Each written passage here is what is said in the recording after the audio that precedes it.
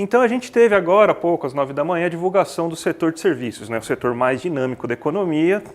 Saíram os dados de novembro, a gente estava pensando o quê? O que teve em novembro de importante aí, que todo mundo viu, paralisou, né? A Copa do Mundo. Daí a gente esperou, não, as pessoas vão sair mais, vão para bares, restaurantes, é o normal, né?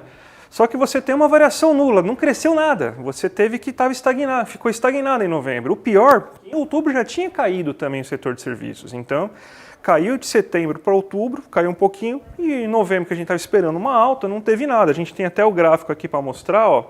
Inclusive, o setor que a gente estava imaginando, que são serviços prestados às famílias, onde estão os bares e restaurantes, caiu 0,8%. Então, foi uma coisa meio estranha, né? Porque a gente sempre fala aqui que tem aquela disputa lá com o brasileiro, lá que ele precisa decidir o que ele vai fazer com um pouquinho de dinheiro que sobra, né?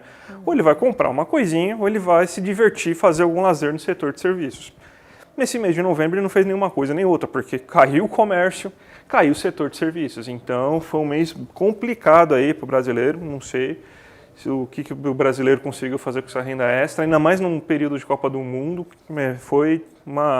é um choque, assim, a gente tem que começar a olhar com cuidado porque é o setor mais dinâmico e mesmo com esse estímulo não tem, isso daí pode ser um fator preocupante aí para o começo do governo Lula, então a gente tem que ficar um pouco de olho nisso. O brasileiro torceu em casa. Torceu em casa. E pior que eu acho que nem cerveja comprou porque o comércio de cerveja também não foi tão alto assim agora no mês de novembro, viu? Torceu em casa tomando água. Pois é, né? Final de ano a gente não pode nem tomar uma cerveja, né? Tá difícil pro brasileiro mesmo. Acabou o governo Bolsonaro. Estamos falando de novembro, tá? Novembro é governo Bolsonaro ainda, tá? Então lembramos disso.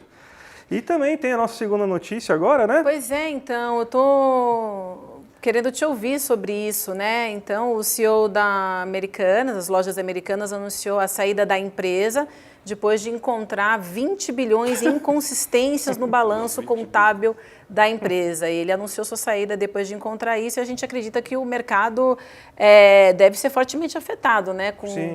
Com essa saída. Sim, eu estou preocupado com o meu amigo mercado, né? Ele deve ter tido uma ressaca braba ontem, né?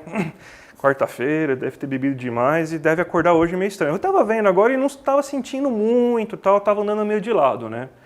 Mas você pega que 20 bilhões numa empresa que vale 11, mais ou menos ter o dobro de dívida do que ela vale, é uma grande perda. A gente estava olhando aqui fora, lá inclusive, para ver os setores que estavam sendo afetados, basicamente todos os setores, todas as empresas do setores de comércio eletrônico, como Magalu, Lojas Americanas, B2W, todas essas empresas estavam caindo com as ações vertiginosamente, tanto que já tem uma queda de 75% das ações isso mesmo, 75% do valor das ações da Americanas, né? Então estava 12 ontem, ela está custando 3 agora na operação de mercado.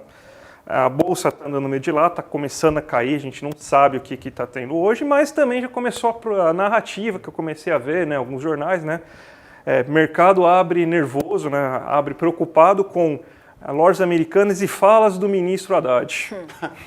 Já estão começando a colocar a culpa no Haddad, daqui a pouco no final do dia lá, aqueles nossos grandes analistas de mercado vão falar aí que o Haddad falou alguma coisa, alguma besteira, falou alguma coisa de fiscal, e isso fez a bolsa cair, fez a bolsa ficar nervosa. Americanas, o rombo de 20 bilhões aí, não deve fazer muito efeito para alguns analistas.